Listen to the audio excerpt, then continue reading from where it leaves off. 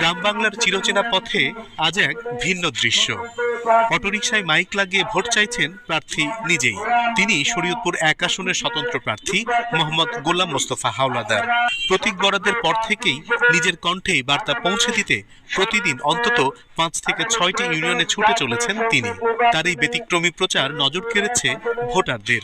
তাকে নির্বাচনী কাজে সহযোগিতা করছেন অটোরিকশা চালক।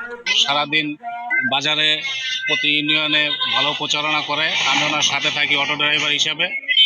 যখন হেল্প দরকার হয় তখন আমি মাঝে মধ্যে হেল্প করি, কিন্তু উনি কঠোর পরিশ্রমী। আমি আজকে কোন ইউনিয়নে যাব, কোন দিক দিয়ে কোথায় গেলে আমি বেশি বেশি জনসাধারণকে বা বেশি মানুষের কাছে আমি যাইতে পারবো, আমি সেইভাবে আমি আসলে আমার পথটাকে আমি আসলে বেছে নেই। প্রতিদিন